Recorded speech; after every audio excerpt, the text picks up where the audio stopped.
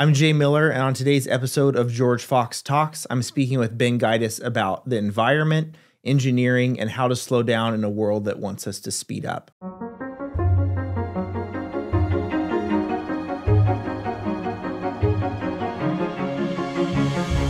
Hi, everyone. I'm Jay Miller, and on today's episode of George Fox Talks, I'm talking with my colleague, Ben Giudice. Ben is an associate professor of civil engineering here at George Fox University, and he published an essay online recently with Comment, and which is affiliated with Cardis. And the title of the essay is "Born Again Engineering: Evaluating Human Impact on Ecosystems." We'll get into that essay in a little bit. It has a very kind of engineering title, I think, in the second part at least, in evaluating impact. And assessing that. But while Ben's engineer by profession, I feel in some ways like maybe more at heart you're a fisherman, which is where you start this essay. So Ben, before we get into some of the engineering stuff, could you talk a little bit about fishing and how it got you thinking about some of the topics you explore here? Sure, yeah. I mean, we all have multiple vocations, and one of them for me is fly fisherman. I had a great opportunity last fall. I was on sabbatical. And I was able to travel up to Alaska to go on a salmon fishing trip. And there's this kind of sense when you're fly fishing and you're in the wild and you're in a beautiful place. And this is all heightened when you're in Alaska and you've got bald eagles flying overhead and there's brown bear prints on the bank and salmon swimming past you, seals chasing them upstream. That this is not man's domain. This is God's domain. And there's sort of a rhythm to the place that if you want to be part of this and you want to enter into it and be successful, you sort of have to attune to those rhythms. And so I was on this trip and I was sort of learning to slow down and make observations about the environment, about the way the water was flowing, and about the weather and the timing and all of these things. And this is just part of the fly fishing experience. You have to slow down, you have to observe. In some ways, you feel like a visitor, in a place that this is not your home. This is the home of the wild things that you're visiting. And so there's a sense in fishing like, I can do all these things right. I can apply my skills that I've learned, my experience, but I can't, by my force of will, make the fish be caught. I can't even make it exist there, right? It's a hope that it's there, and it's a hope that I'll be successful. Mm-hmm. But no matter how right I do it, there's a piece of it that's not up to me, and so that's kind of like a countercultural type of posture to be in, to where I'm not in control, even though I'm doing the best I can. Mm-hmm. And so then when you are successful and you catch that fish, there's just sort of like a givenness to that, a gift, a feeling like you've been given a gift, right? And I think that helps to give you a sense of gratitude, which is really rewarding when you spend a lot of time and money to try to seek out the fish. So in the same sabbatical, I was endeavoring to write about engineering. I was endeavoring to write about Christian engineering specifically. And it occurred to me that, fishing and engineering have some similarities in that you can begin by taking in data about your surroundings, about the thing that you want to work on. You develop kind of a set of goals or constraints, and then you bring your skills and experience to bear on trying to achieve those goals, right?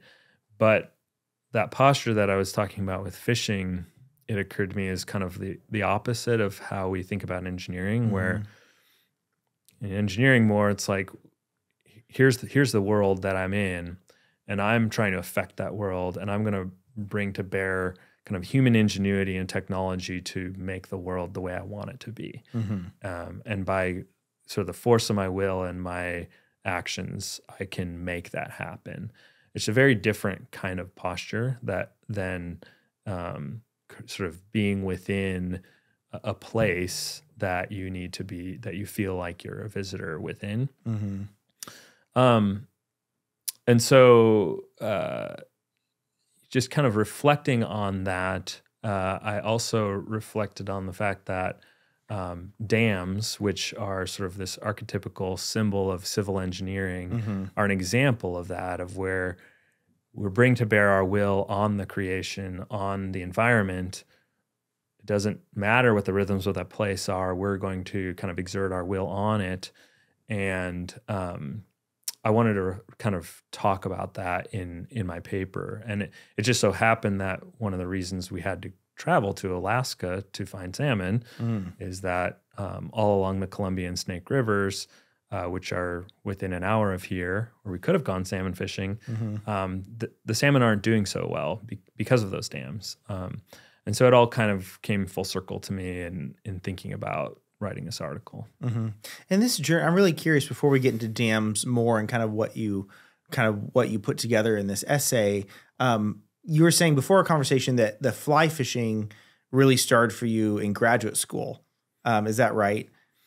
Yeah, well, the desire to fly fish started when I was in 4th grade. Oh, okay. But growing up in the suburbs of Chicago with very few people in my family who had any kind of fishing experience, it was more of a sort of a dream of the future romance of fly fishing. Okay, that you were able to kind of start to begin that journey in graduate school. That's right. Actually. And I guess the reason I was raising that is I was curious for you, these kind of two threads, the kind of high control profession like engineering, and then the almost like no control, like you were saying, that just kind of show up, and there's a hope, there's an expectation, but there's no guarantee. There's really not much you can do besides show up and be attentive. And even if you are, you may not catch anything. In fly fishing, is there a connection between pursuing those two things? Do you feel like did the engineering come first, that kind of mindset, and you feel like you needed something that was less control, or do you feel like the engineering came after you had this initial like romantic longing for fly fishing? I'm just curious about, for you personally, whether you see those as one's a response to the other, or I've always had both of these impulses within me to kind of seek these things. Yes to everything, but there's a little bit more. So back in, I said I kind of had this desire to fly fish from a young age, and it kind of, the movie A River Runs Through It came out when I was maybe 10 or 11, and that movie is just beautiful in so many ways and really captivated me, and I became obsessed with wanting to go to Montana, which I was never able to do until I was like 35 years old. But so that led to a different author named David James Duncan, who's one of my favorite authors, and in high school, I read an article he had written called The War for Norman's River. And Norman refers to Norman McLean, who wrote River Runs Through It. And Norman's River is the Blackfoot River, which is in Montana. And this article was kind of an activist article about a proposed gold mine on the Blackfoot River that would use cyanide leach mining as part of its, the way it would mine for gold. It's extremely environmentally damaging, and so this article was kind of a protest article about that. And I read it as a high schooler, and it really captivated me, and kind of was the initial start of my environmental sensibilities. And so when I went to college and I studied civil engineering thinking I wanted to be a structural engineer, until I took a structural engineering class and realized I don't actually really like this at all. But at the same time, I was taking an environmental engineering class.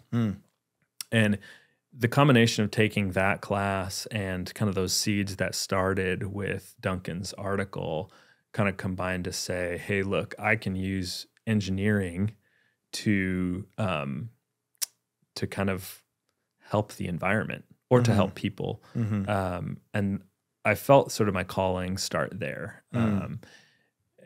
So in some sense, it went back to that fishing, that original, like, I think God put that in me to desire to be a fisherman. And it took a long time to get there, but that also led me through to environmental engineering, and then eventually to here where I teach civil engineering, but also environmental engineering. So all of that to say is, yeah, all of these threads have always been present within me. Kind of this obsession with the beauty and the romance of fly fishing, and also learning how to use the skills and the profession of engineering. Yeah, it's really great to know about that essay that inspired you, because in some ways, I feel like with this essay, you're trying your hand at that kind of analysis at least. And so here, instead of talking about mining, you're looking at the impact of dams on salmon. And you're not, I say in the essay, you're not anti-dam. You talk about some damming projects being good or useful, or at least being able to do them in a way that's not environmentally harmful. Totally. But you do say there are problems with dams. Can you tell our listeners a little bit about what are the problems dams cause for salmon populations? And also maybe not just the salmon population, but human populations. Sure. Which is one of the connections you're trying to make in the essay. Definitely. So dams can do a lot of great things for humans and for the environment. I mean, we have to start by just saying that, particularly in the Pacific Northwest, we benefit from a lot of electricity from hydropower. And, that in this day and age, that kind of carbon-free electricity is a huge asset. There's nowhere else in the country that quite has what we have. And so in that sense, you could think of it as sort of an environmental benefit. Also, dams can allow, by storing water during wet seasons and releasing it in the dry season, you can actually maintain ecosystems and environments that would not be able to persist through a dry summer, for example, where there just might not be enough water for fish to survive, or the water might get too warm, or that sort of thing. On the flip side, at least thinking about the Columbia River dams and the lower Snake River dams that I talk about in the article, there's a few ways that they can impact salmon. So salmon are born in streams in kind of high elevation, or at least up in the rivers, spend some time there before they eventually migrate out to sea. And on the way, they're going to encounter a lot of dams if they're born in the Snake River, 8 of them in particular. So when they get to the reservoirs behind the dams, those reservoirs warm up relative to what the water would be if the reservoir wasn't there. And especially in kind of this day and age of climate change, it can be so warm that it causes harm to them. Also, there's a lot of predation that can happen in those of warm water fish that are preying on the juveniles. And also, they just have to spend a lot of energy swimming that they would normally have to just float downriver with the current. Right. So all of those things are happening to some extent, irrespective of what kind of fish passage is built into the dams. So all of these dams have some sort of fish passage built in, a way for some fish to avoid going through the turbines. Some fish are going to go through the turbines, and some of those fish are not going to survive. So there's other ways of kind of getting them around that, but those problems with the reservoirs still persist, whether or not you have the passage. The salmon eventually, if they make it all the way out to sea, they're going to spend some years there growing up in the ocean before they head back to where they were born. And on the way, they're going to have to traverse the same dams that they did on the way out. And again, there's fish passage built into these 8 dams to get them up to where they want to spawn. But again, there's difficulties sometimes of them in navigating through that. There's mortality associated with the fish passage systems. There's predators that know, like seals, that know where the fish need to go to get through the fish passage systems. So all of those things combined, when you're going through 8 dams, you have all of those kind of stressors and some amount of mortality associated with all of them. And now you overlay potentially challenging ocean conditions, predators in the ocean or in the mouth of the Columbia, as well as things like toxins and logging and so forth that are stressors that are going on already. You have kind of this mix where what's happening with the dams is very significant in terms of the overall survival of the population. Yeah. And where does dam removal fit into this then? Yeah. Because it's a prospect you raise. And actually one of the interesting things I found in your essay is that like currently like the ratio of dams removed to dams built is in favor of dams removed. Yeah. Is that in the United States? Yeah. Is that what those definitely statistics are for? But so dam removal is also a very prominent aspect of civil engineering, I presume right now. It's becoming that way. I mean, it hasn't historically been because this tipping point literally happened within the last 10 years. Okay. So in the United States, we have over 90,000 dams. We've built a dam pretty much in most places where there could be one or that it would be logical to have one. There's one there. So one of the reasons we're not building many dams anymore is because there's nowhere really else to build them. Sure, yeah. But also because a lot of them are reaching the end of their useful life, and we have to decide, do we invest in rehabbing them, bringing them up to date, or do we remove them? And sometimes it's a safety issue where the dam's just not stable anymore, and there's people downstream that could suffer if it fails. And so it sometimes is, from a cost-benefit analysis, just better to remove the dam. But there's also, at least in the West, in the case of the Elwha River up in Washington, which was probably the most significant dam removal project in the United States to that date, which was in the last 10, 15 years, a major concern was Native people's access to salmon. That was a big part of their culture and their heritage.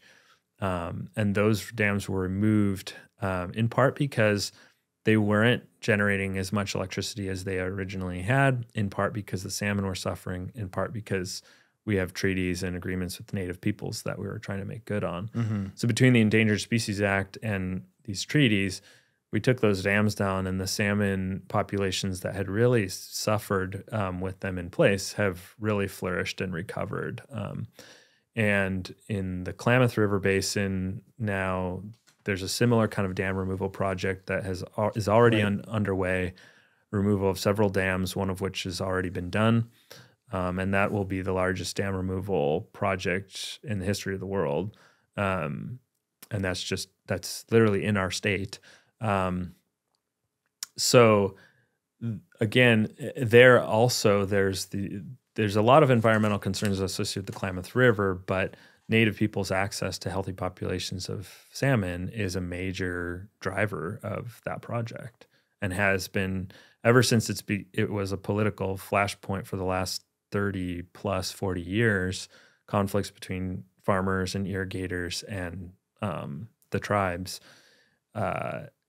We've known about these issues for a long time. It took a long time to get to this point, but I think as a civil engineer, as a Christian, as an environmentalist, it's really heartening to see progress being made in actually like addressing the needs of more than just industry and agriculture, but also of Native peoples and of the fish. Right. One of the things you're pushing toward in the essay is not just like a strict cost benefit analysis of how much does it cost to remove the dams, which is quite expensive, not like necessarily just through dam removal, but kind of all the other payments you have to make around that. But versus how much does it cost just to leave it up and maintain it? You're kind of wanting to push this past those, like the numbers of like what makes the most money or what costs the least money, to thinking more holistically about salmon ecosystems, Native peoples, all the people who might be affected by this. And that's the thrust of the essay. And you end up kind of, I think you're making a critique of the dams, and in some ways, in some of their issues. And as I think you said earlier in the conversation, you definitely say in the essay, it's interesting because the dam is kind of the paradigmatic symbol of what civil engineers doing. So I think in some ways to critique a dam is to critique the profession of engineering. And you do some of that in the essay. One of the definitions you go to out of a book on the profession of engineering defines engineering as, quote, the practical study of how to make people and things work better. That's a really broad definition that could go a lot of different ways. How do you take issue with some of the ways that definition could go wrong? Yeah, the practical study of how to make people and things work together better. I there's a couple of things I mentioned in the essay. For one, and this is maybe a minor qualm, but we're talking about salmon, and so where do animals fit into people and things? Are animals really things? Not really. They're kind of something else, right? So how do we treat that versus a rock? That's something. But a bigger picture issue is, obviously people and things are different. There's human creation and there's non-human creation. But I think humans need to be constantly reminded that they are part of creation, that they're creatures. And by making this kind of clear distinction between people and things, I think we're making too much of the fact that we're different than creation. And I think this gets into some of the theological and philosophical aspects of this, of like, how do we see ourselves in relation to the rest of creation? On the one hand, we can see ourselves as creatures, as created things. We're not God.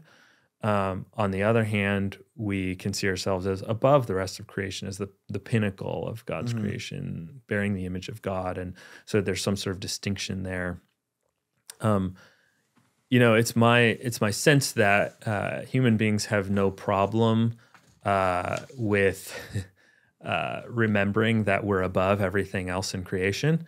And we have this tendency to want to be sort of God-like and to make that distinction between us and the rest of creation really clear. And there's just always this drive in that direction that's just part of, I think, our fallen natures, where I think it takes actual effort to remember that we're not God, and that the distinction between God and us is just as big, if not infinitely greater, than the distinction between us and the rest of creation. Right, yeah.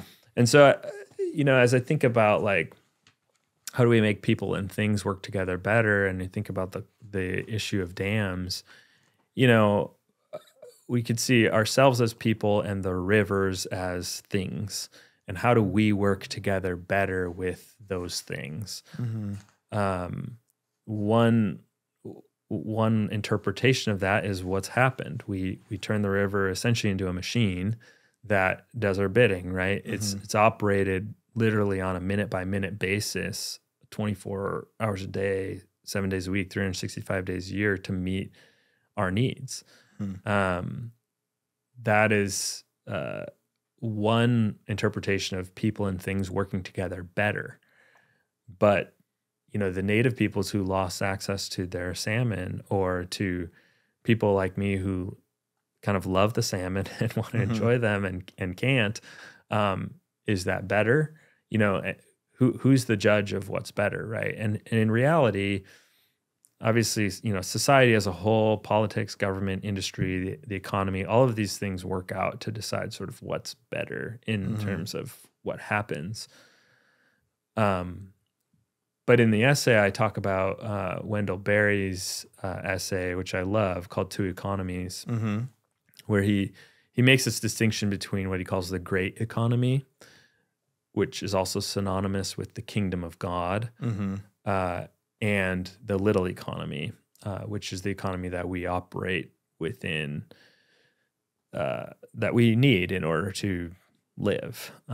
And we can't do away with the little economy, but the little economy is short-sighted, and it doesn't include all of the things that the great economy includes. The great economy includes all the dependencies of us on salmon, salmon on us, and all of the other biotic and abiotic realities that we cannot conceive of, such that, like, our limited scope cannot conceive of the great economy, cannot conceive of the kingdom of God, which values everything as interconnected and valuable to everything else within the economy.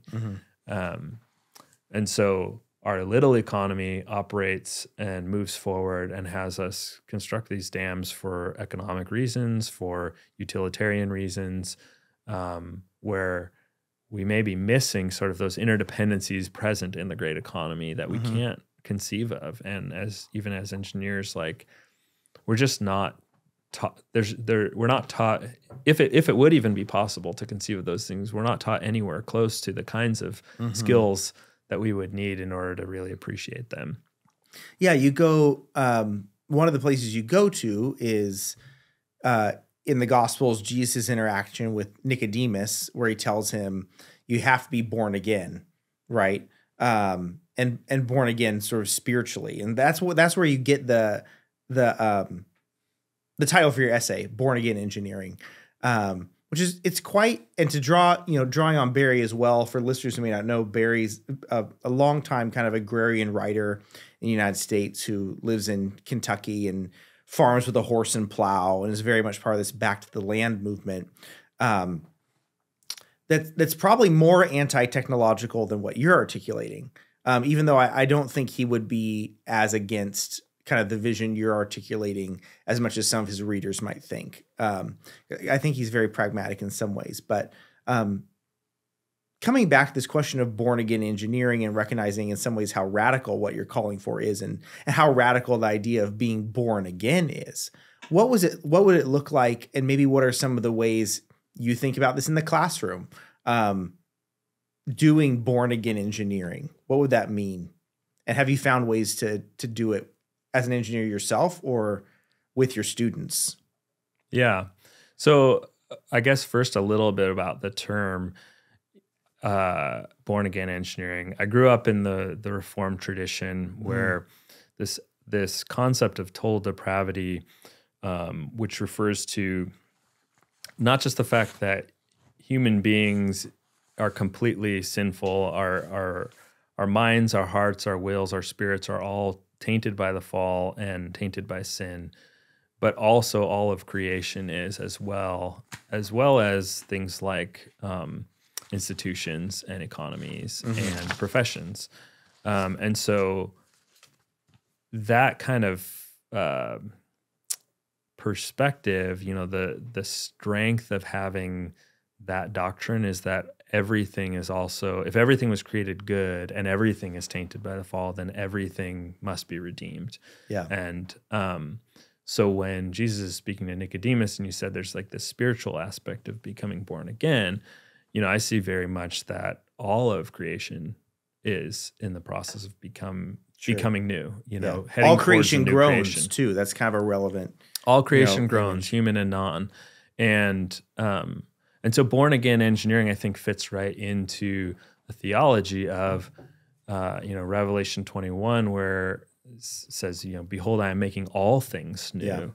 And so I actually see, part of my vocation as a civil engineer is to say, like, how do I take this thing that I do, this thing that I'm in, this profession, and actually try to redeem it?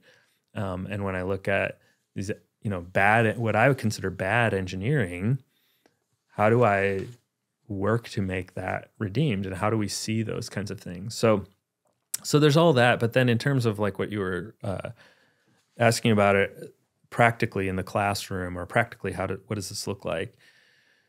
One way I like to think of it is I'll give you a couple examples of tools that engineers might use to do this kind of assessment. They might look at a project with a bunch of alternatives, and they might weigh all of these alternatives on a bunch of aspects like cost and logistical difficulties, maybe even like permitting or regulatory things, environmental impact, all of these things. They might score different alternatives on all these different metrics. And then try to, maybe even they weight the different categories to figure out like, well, maybe cost is more expensive on this project than environmental impact. And then they pick what they consider the optimal alternative based on this kind of rubric. It's called a decision matrix, very common kind of base level decision-making tool. But really, I think it kind of objectifies reality in a way that isn't, I think, helpful. Mm-hmm. If you look and see, like, I think it's very easy to see we are in a crisis of sustainability where the way we've been doing things to now, we might be happy with kind of where we're at right now, but almost everyone agrees the way we're living is not sustainable. Right. Especially if you spend much time actually like looking at the impacts that we're having. Mm-hmm.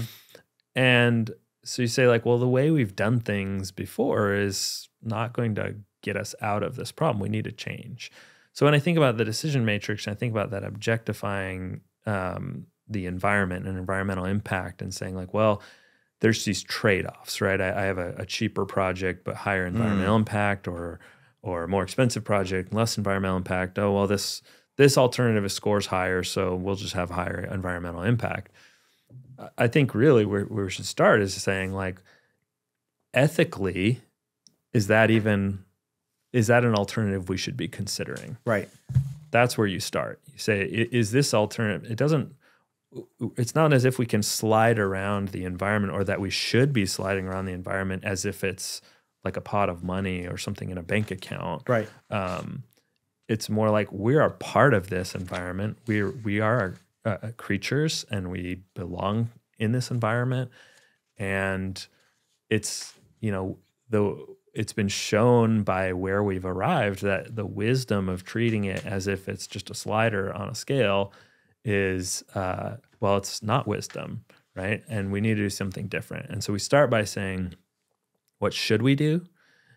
And then once we decide what should we do, now we can address those trade-offs with our technology, with our with all of the skills and resources we have, as opposed to letting those trade-offs dictate the decision we make. Mm-hmm.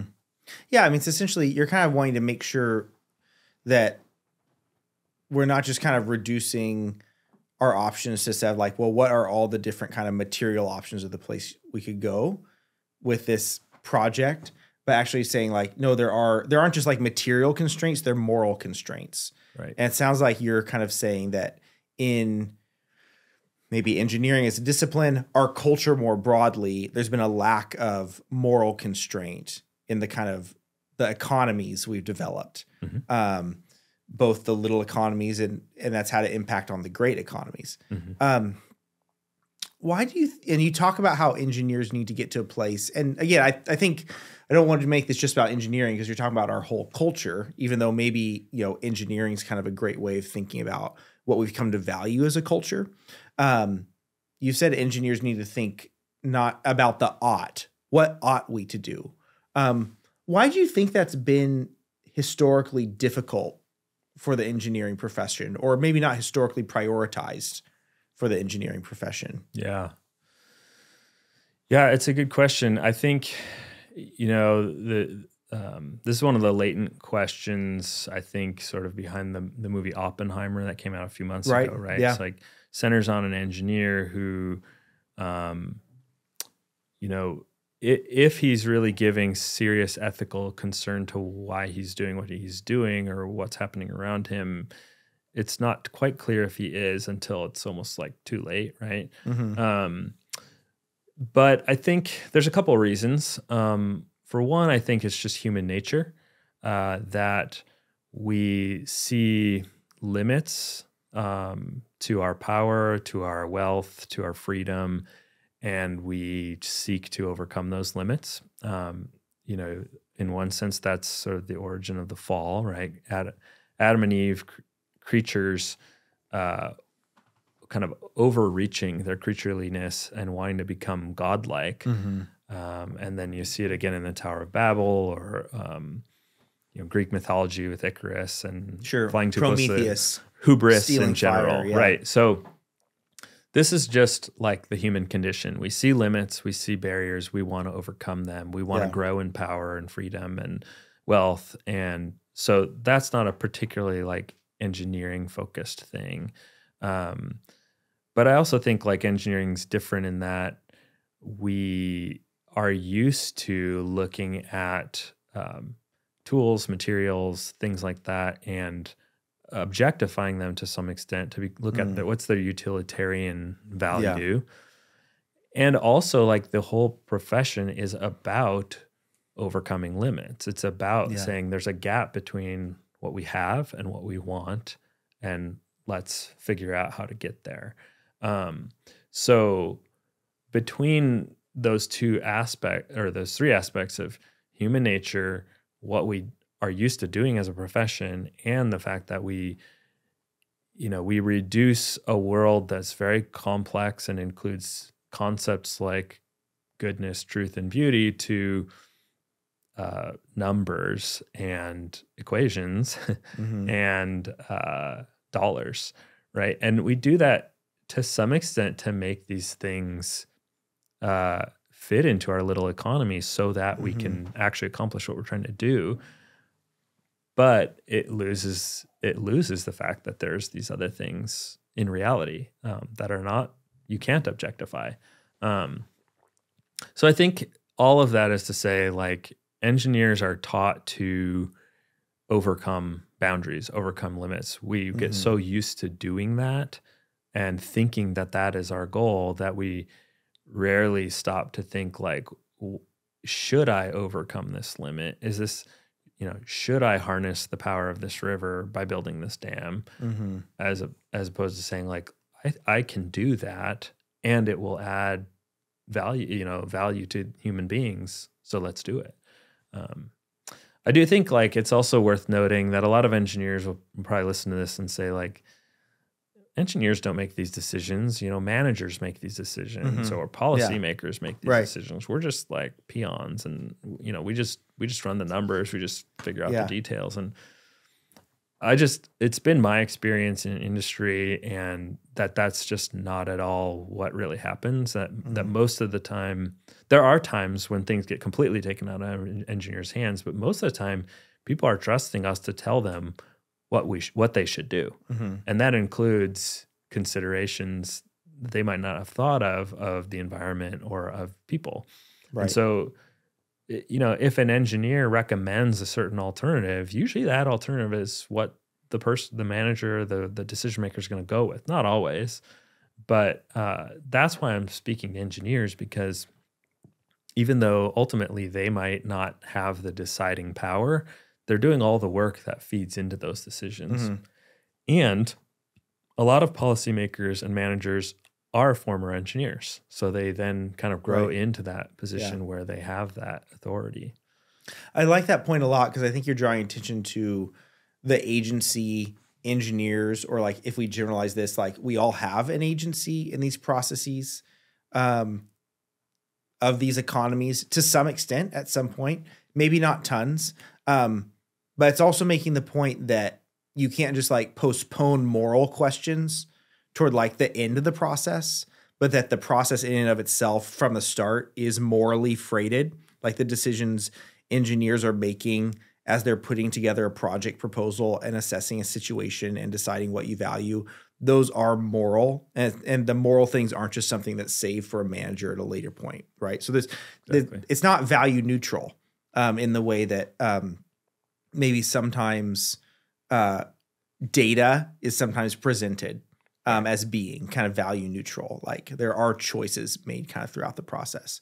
I think one of the challenges to the kind of moral vision you have for engineering, or again, for our broader society, which is really data-driven in a lot of ways, or maybe a challenge if we go back to the example of big technologies like Oppenheimer and nuclear power, or right now, like, artificial intelligence is a really big kind of technological field where there's a tension between let's slow down or let's speed up. Let's just do it. Let's figure out how powerful we can make it, right? As we're recording this is kind of, a week or so ago, there was all the drama about the OpenAI CEO and was he going to stay in and was or not. And I think that was very much a tension between people who wanted to slow down versus people who wanted to speed up. And there's a lot of incentive in our culture toward speed. This is obviously a factor in climate change as well, in terms of, like, well, what time do we actually have to kind of change our trajectory? So how do you resist some of those inertias of trying to do things fast, or even the need or the urgency that some projects or some activities demand, when really a lot of what I hear you saying and what fly fishing would seem to kind of indicate is, like, well, what we need to do is slow down if we're going to actually kind of recognize the moral nature of the activities we're undertaking. Yeah. So I threw a lot at you Yeah, there, no, but I think good. we're getting to like the we're casting for the big fish at this point in the conversation. Totally. Yeah, I mean, I mentioned to you I just finished reading The Old Man and the Sea, right? Mhm, And yeah. in it, Hemingway, it's like the point is the reason this guy catches this massive fish, but he doesn't get it home is because he even says, "I went too far out." Right? I got greedy. I went too far out. I caught the big fish, but by the time he gets back to shore, spoiler alert, the sharks have like totally destroyed the fish and he almost dies on the way. And I think, I mean, it's kind of the same idea here, right? It's like AI is like this massive fish, right? We're like, this can just solve all our problems, right? Like, you know, even today, you go to log into your computer and Microsoft is trying to tell me on the little like ad on this beautiful picture of the Amazon rainforest that AI is going to save the rainforest or something. And what the heck are they talking? You know, they're trying to like, in some way, like greenwash whatever ills AI might somehow befall us. I mean, it can do really great things. It has a lot of power. So do dams. Not all dams are bad, right? But we all know, we all can see this technology and imagine, and in fact, it's been imagined many, many times in, you know, sci-fi literature that like bad things are going to happen, right? We all know it's gonna. And yet we kind of plunge forward because we think, yeah, well, good things are going to happen too, right? It's going to make my life easier. It's going to solve these problems. Maybe it's going to save the rainforest or whatever. But I think, you know, the ultimate question is like, why, right? Like, why are we doing this? And this gets like really philosophical, and ultimately, I'm not going to change how the world thinks about this, but like this is a human heart thing and a value thing of, you know, what are we really chasing after in life? Is it really efficiency?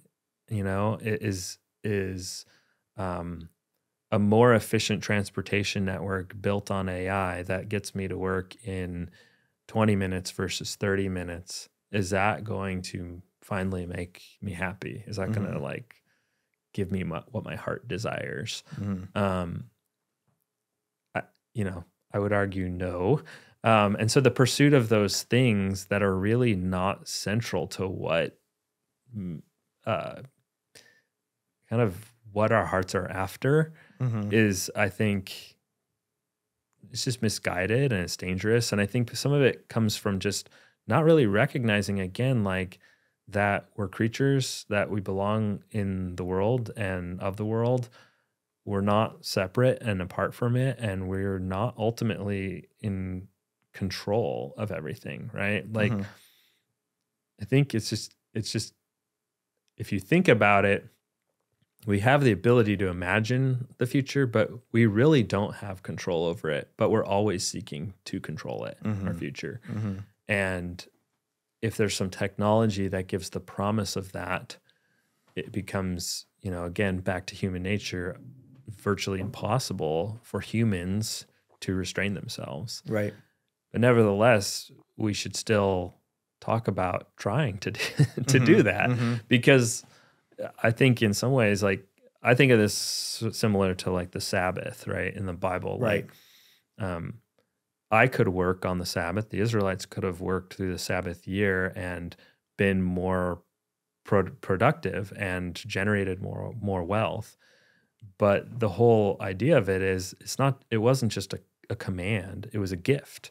Right. It was saying like, look, if you willingly restrain yourself, you will be rewarded. It's a gift. Right. And I think that's, you know, the same with, I try to tell my students the same thing. It's like, yeah, we give you a ton of work in engineering and it's super hard.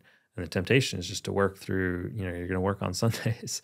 But like, if you don't, and you set that habit now, that could continue for the rest of your life. And think about the gift that would be to not actually work on the Sabbath. And I think there's other times where you can see that in the Bible too, where like the size of Gideon's army or whatever, where it's like, Sure. if you restrain yourself, you'll see that you're not actually in control, that God is the one who's going to save you.